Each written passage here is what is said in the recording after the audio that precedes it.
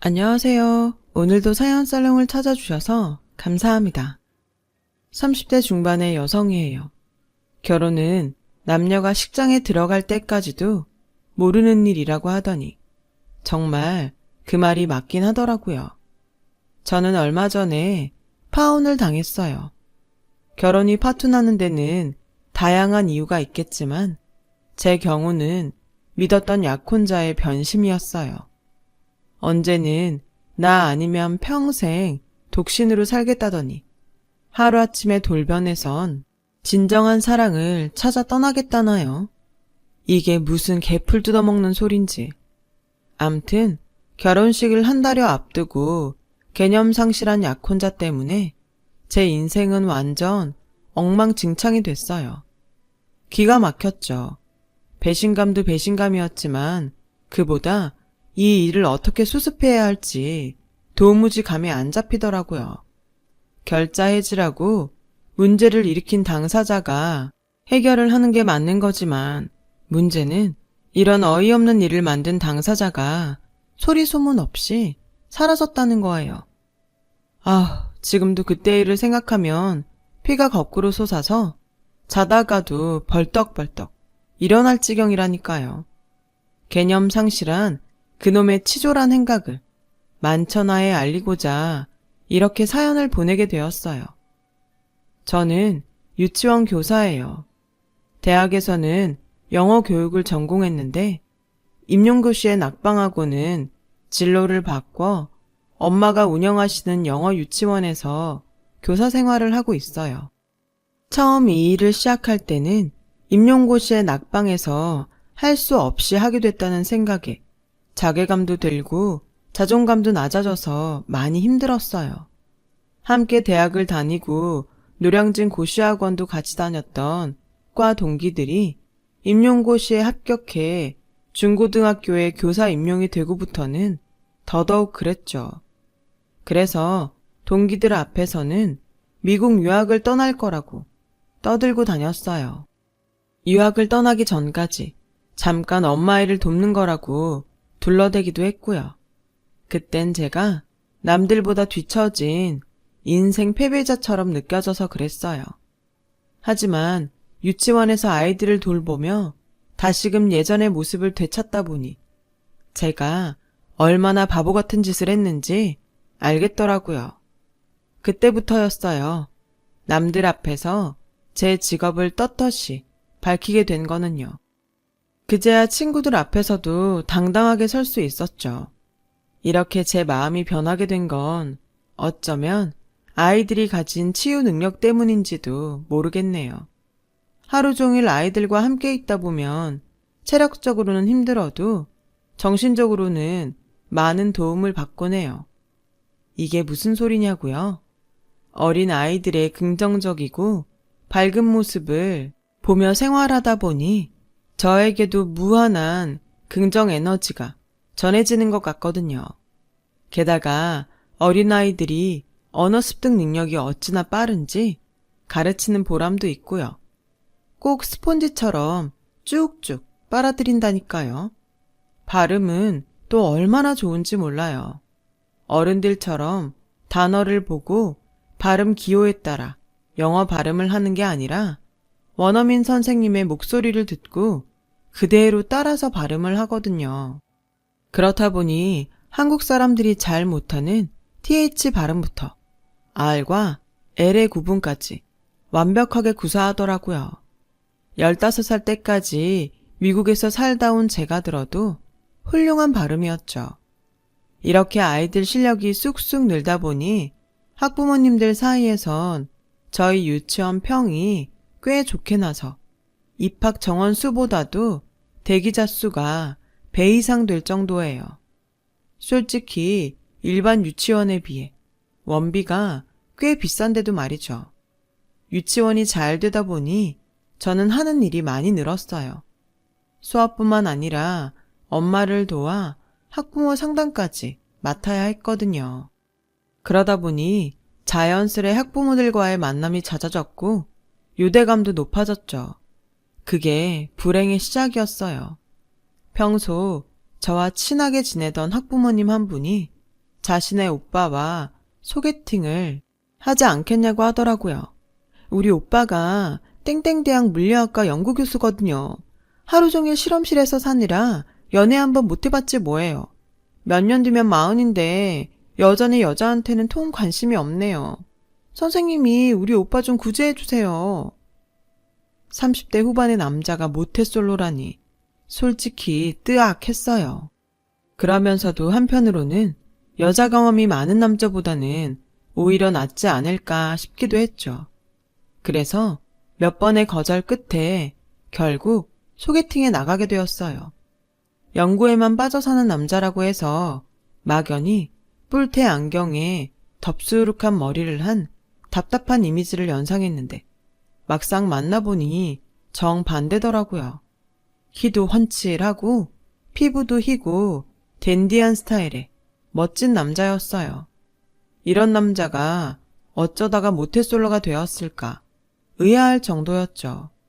남자는 제 얼굴을 보더니 사뭇 놀라는 눈치였어요. 그리고 이내 입가에 미소가 번지더군요. 왜 웃으세요? 혹시 제 얼굴에 뭐가 묻었나요? 아니요, 그런 게 아니라 성은 씨가 제 이상형에 가까워서 좋아서 그만. 언짢으셨다면 죄송합니다. 첫 만남에 대놓고 자기 이상형이라고 말하지 뭐예요. 그 말에 내심 기분이 좋았어요.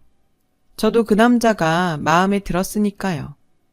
그 후로 우리는 몇 번의 만남을 가졌고 한 달쯤 지나 결혼을 전제로 진지한 만남을 갖기로 했어요. 아무래도 학부형 가족과 만나는 거라서 은근히 조심하게 되더라고요. 그렇다고 제가 막 놀고 다니던 사람은 아니었지만 혹시라도 학부모들 사이에 안 좋은 소문이라도 나면 큰일이니까요. 그렇게 반년 정도 사귀고 약혼을 했어요. 요즘엔 약혼을 생략하고 바로 결혼을 하는 게 보편적이지만 예비 시댁에서 격식을 차리고 싶다고 하셔서 그러기로 한 거였죠. 예비 시부모님께서는 제가 마음에 드셨는지 길게 끌 거 없이 올해 안에 바로 식을 올렸으면 하시더라고요. 그건 저희 부모님도 마찬가지셨죠. 학벌 좋고 인물도 좋은데다 40도 안 된 나이에 대학 교수 타이틀까지 단 남자니 사윗감으로 왜 안 좋으시겠어요. 게다가 약혼자가 저를 많이 좋아하는 게 눈에 보일 정도라서 부모님 입장에선 이보다 더 좋을 순 없었죠. 제가 생각해도 제 약혼자는 저한테 헌신적이었어요. 제가 봐도 과하다 싶을 정도로 말이죠. 이를테면 이런 식이었어요. 가령 제부도에 놀러가서 해물칼국수를 먹기로 하면 약혼자는 며칠 전부터 그곳에 가서 제일 잘하는 집을 찾아가 미리 먹어보고 주변 데이트 코스까지 탐방을 하곤 했어요. 어느 자리에 제가 앉아야 바다가 잘 보이는지, 어느 산책로를 걸어야 길이 더 아름다운지 세세하게 찾아보고 준비하는 거죠. 이러니 제가 안 반하겠어요. 그뿐이 아니에요. 불면증이 심한 저를 위해 밤마다 전화로 소설책을 읽어주는데요. 제가 잠들 때까지 몇 시간이고 책을 읽어준다니까요.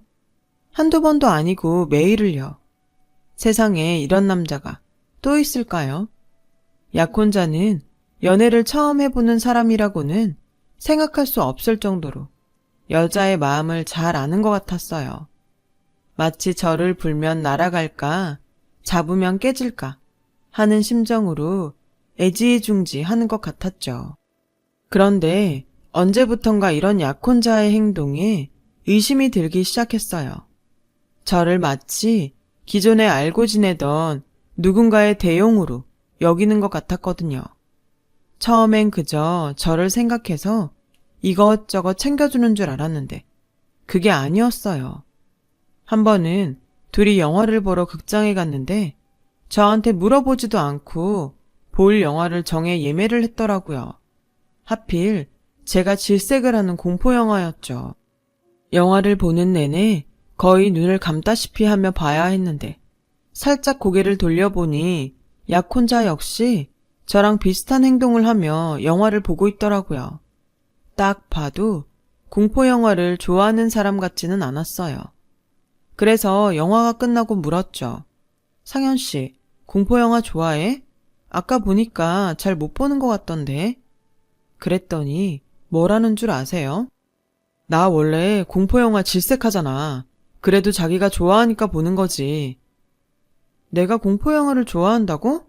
난 그런 말 한 적 없는데. 혹시 다른 사람이랑 혼동한 거 아니야? 그러자 약혼자는 얼굴이 붉게 달아오르더니 제 시선을 피했어요. 그리고는 배가 고프다며 먼저 밖으로 나가더라고요. 그날 이후 약혼자의 행동에 의심이 가기 시작했어요. 의심이 들기 시작하니 사소한 행동 하나하나가 다 의심스럽더라고요. 밤마다 읽어주는 소설만 해도 그랬어요. 분명히 저는 로맨스 소설을 좋아한다고 했는데 매번 추리소설을 읽어주었죠. 안 그래도 잠이 안 와서 읽는 책인데 살인사건이니 납치니 하는 무시무시한 일들이 벌어지는 걸 듣고 있자니 정신이 더 심란해져서 잠이 오지 않더라고요. 상현 씨, 추리소설 좋아해? 아니, 난 소설보다는 잔잔한 에세이를 좋아하는 편이야. 근데 그건 왜? 그런데 왜 밤마다 추리소설을 읽어줘? 그러자 약혼자는 극장에서 그랬던 것처럼 똑같은 소리를 하더군요. 그야 자기가 좋아하니까 그러지. 자기 히가시노 게이고 광팬이잖아. 그 순간 확실히 알았어요. 이 남자는 나를 사랑하는 게 아니라 나와 닮은 다른 여자를 사랑하고 있다는 걸 말이죠. 그래서 약혼자의 과거를 추적하기 위해 땡땡월드며 땡스타를 뒤지기 시작했죠. 약혼자 본인 계정에서는 딱히 이렇다 할 흔적을 찾지는 못했어요. 하지만 몇 달이 건너가 보니 역시나 흔적이 나오더군요. 모태솔로라던 약혼자는 15년이 넘게 짝사랑했던 여자와 2년 전까지 4년간 연애를 했었더라고요. 그 여자는 약혼자의 과외 선생으로 4살 연상이었어요. 현재는 딴 남자와 결혼을 한 상태였고요. 그런데 온몸에 닭살이 돋을 만큼 무서웠던 건 바로 그 여자가 저와 무척이나 닮았다는 거였죠. 처음 만났던 날 약혼자가 저를 보고 놀랐던 이유가 바로 이거였던 거예요. 순간 온몸의 기운이 쭉 빠졌어요. 이 남자가 그동안 나를 통해 다른 여자를 생각하며 사귀어 왔다고 생각하니 소름이 끼치더라고요. 그동안 날 위해 했던 행동 하나하나가 옛 연인과 만나면서 길들여진 것들이라 생각하니 분통이 터졌어요. 그런 것도 모르고 이런 남자를 만난 걸 행운이라고 생각했던 제가 너무 한심하고 바보 같아서 미칠 것 같았죠. 그래서 참다 못해 약혼자를 불렀어요. 지금부터 내 말에 솔직하게 대답해. 나랑 사귀는 거 내가 좋아서야? 아니면 내가 당신 전 여친을 닮아서야? 다 알고 있으니까 거짓말할 생각 마. 제 물음에 약혼자는 꽤 놀란 듯 했어요. 한참 동안 말을 못 하더라고요. 그러더니 고개를 푹 숙이곤 울먹였어요.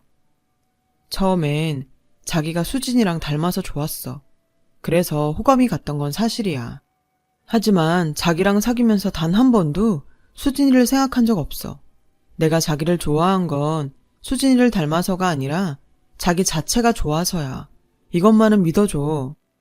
그럼 왜 나한테 묻지도 않고 그 여자 취향대로 나한테 했던 건데 나를 만나면서 그 여자 생각을 한 게 아니라면 적어도 영화를 예매할 때나 읽어줄 책을 고를 때 한 번이라도 나한테 물어는 봤어야지. 그래놓고 날 좋아했던 거라고? 그 말을 내가 어떻게 믿어. 나 솔직히 지금 날 바라보는 자기 눈빛도 날 보는 것 같지 않아. 상현 씨는 여전히 나를 통해 수진이란 그 여자를 보는 것 같다고. 이런 기분으로 어떻게 결혼을 해? 평생 날 보며 딴 여자를 떠올리는 남자랑 어떻게 사냐고. 더 감정 싸움할 거 없이 우리 이쯤에서 헤어지자. 그게 나을 것 같아. 성훈아, 이러지 마. 나한텐 너밖에 없어. 제발 믿어줘. 난 너 아니면 못 산단 말이야. 저는 울면서 매달리는 약혼자를 뿌리치고 집으로 돌아왔어요. 제 인생에서 가장 행복한 시간을 선사해준 남자였지만 나 아닌 다른 여자를 품고 사는 남자와는 미래를 함께할 수는 없었으니까요. 그렇게 며칠이 지난 어느 날이었어요. 예비 시누이가 아침 일찍 유치원으로 저를 찾아왔더라고요. 언니, 도대체 우리 오빠랑 무슨 일이 있었던 거예요? 며칠째 밥도 안 먹고 방에서 안 나와요. 아주 죽기로 작정한 사람 같다니까요. 혹시 둘이 싸웠어요? 저는 사람들 눈을 피해 예비 시누이를 상담실로 데려갔어요. 그리곤 있었던 일을 모조리 말해주었죠. 예재 엄마도 여자니까 제 마음 이해해 줄 거라고 생각해요. 아무래도 우리는 여기까지인 것 같아요. 그러자 예비 시누이는 믿을 수 없다는 표정으로 그러더군요. 과외 언니라면 저도 잘 알아요. 오빠가 고등학생 때부터 짝사랑했던 것도 잘 알고요. 그런데요, 언니, 우리 오빠 언니 생각처럼 그런 사람 아니에요. 과외 언니를 못 잊어서 그런 거라면 그 사람을 찾아갔겠죠. 근데 그거 아니잖아요. 현재 오빠한테는 언니뿐이에요. 언니 마음 모르는 거 아니지만 한 번만 우리 오빠 믿어주면 안 될까요? 이러다가 정말 큰일 날 것 같다고요. 제가 이렇게 부탁할게요. 네? 홧김에 헤어지긴 했지만 그래도 사람이 다 죽어간다는데 모른 척 할 수가 없어서 퇴근 후 약혼자 집으로 찾아갔어요. 예비 시누이 말대로 얼굴이 말이 아니더라고요. 그 모습을 보니 마음이 짠해서 나도 모르게 무너지고 말았어요. 사람이 왜 이렇게 약해 빠졌어? 이깟 일로 죽기라도 할 셈이야? 자기가 이러면 나는 어떡하라고. 안타깝기도 하고 속상한 마음에 저는 주저앉아 엉엉 울었어요. 약혼자 역시 저를 끌어안고는 한참을 울었죠. 그리곤 앞으로 다시는 그러지 않을 테니 한 번만 자기를 믿어달라고 하더군요. 죽은 사람 소원도 들어준다는데 산 사람 소원 하나 못 들어주냐 싶어 저는 못 이기는 척 넘어가 주기로 했어요. 그날 이후 약혼자는 사소한 것 하나까지 제 의견을 물어가며 약속 장소며 메뉴, 영화 예매와 밤에 읽어주는 소설까지 모조리 다 저한테 맞춰주었어요. 이제 정말 내 남자가 된 것 같았어요. 그렇게 시간은 흘러 양가 상견례를 하고 결혼식 날짜까지 잡게 되었어요. 스드메와 웨딩 촬영도 마쳤고 저는 엄마와 혼수 준비를 하느라 눈코 뜰 새가 없었죠. 그렇게 결혼 준비에 한창이던 어느 날 약혼자한테 문자가 한 통 온 거예요. 이런 말을 하게 돼서 정말 미안해. 난 진정한 사랑을 찾아 떠나기로 했어. 이런 놈이라 미안해. 날 잊어줘. 처음엔 스팸 문자인 줄 알았어요. 아무리 개념을 밥 말아먹은 놈이라고 해도 결혼을 한 달 앞두고 중2병 걸린 애 같은 문자로 파혼을 알린다는 게 말이 돼요? 어이가 없어서 헛웃음이 나더라고요. 그래서 전화를 해봤더니 역시나 안 받더군요. 그래서 다음날 그의 여동생한테 전화를 했더니 지난 밤에 자기 오빠가 갑자기 이 결혼 못하겠다며 집을 나갔다지 뭐예요. 그러면서 오히려 제게 화를 내더군요. 언니가 오빠한테 뭐라고 했길래 멀쩡하던 사람이 직장도 그만두고 집을 나가요? 도대체 둘 사이에 무슨 일이 있었던 거예요? 그러면서 이번 일에 대한 모든 책임을 저에게 돌리더군요. 나야말로 피해자라고요. 문자로 파혼 통보 날리곤 사라진 사람을 저보고 어쩌라는 거예요. 저도 그동안 참을 만큼 참았어요. 파혼하고 싶은 건 그쪽이 아니라 우리 쪽이라고요. 통화가 길어질수록 감정 싸움만 더 격해지길래 일단 전화를 끊고 약혼자 주변 사람들한테 연락해 상황 파악에 나섰어요. 그랬더니 기가 막힌 얘기가 들리더군요. 약혼자 대학 동기 중 하나가 지나는 말처럼 그러더군요. 확실한 건 아닌데 혹시 그 여자 이혼 소식 듣고 그러는 거 아닐까요? 네, 그 여자는 약혼자의 전 애인, 첫사랑이라던 과외 선생이었어요. 그 말을 듣는 순간 오만 정이 다 떨어지더군요. 끝까지 사람을 이렇게 엿먹이다니. 정말 인간 같지도 않았어요. 그래도 확실한 이유를 알아야 할 것 같아서 업체에 의뢰해 약혼자와 과외선생에 대해 알아보았죠. 시시비비는 가려놔야 이번 일에 대한 책임도 물을 수 있으니까요. 조사 결과를 기다리는 기간 동안 예비시댁 쪽에서는 하루가 멀다 하고 저에게 전화해 파혼에 따른 피해 보상과 위자료를 운운하며 압박해왔어요. 특히 여동생은 유치원 학부모들한테 저에 대한 비방까지 해댔죠. 정말 모든 걸 파버리고 도망치고 싶은 심정뿐이었어요. 사건의 원흉은 따로 있는데 왜 나 혼자 돌을 맞아야 하나. 억울하고 분하더군요. 그리고 한 달여 뒤 드디어 저는 물증을 잡을 수 있었어요. 업체에서 그러더군요. 현재 약혼자가 과외 선생과 함께 살고 있다고요. 아, 정말 쓰레기 같은 놈이었어요. 첫사랑 이혼 소식을 듣자마자 결혼도 직장도 팽개치고 그 여자한테 달려갔더라고요. 이런 걸 살린답시고 악어의 눈물에 속아주었던 제가 미친년이었죠.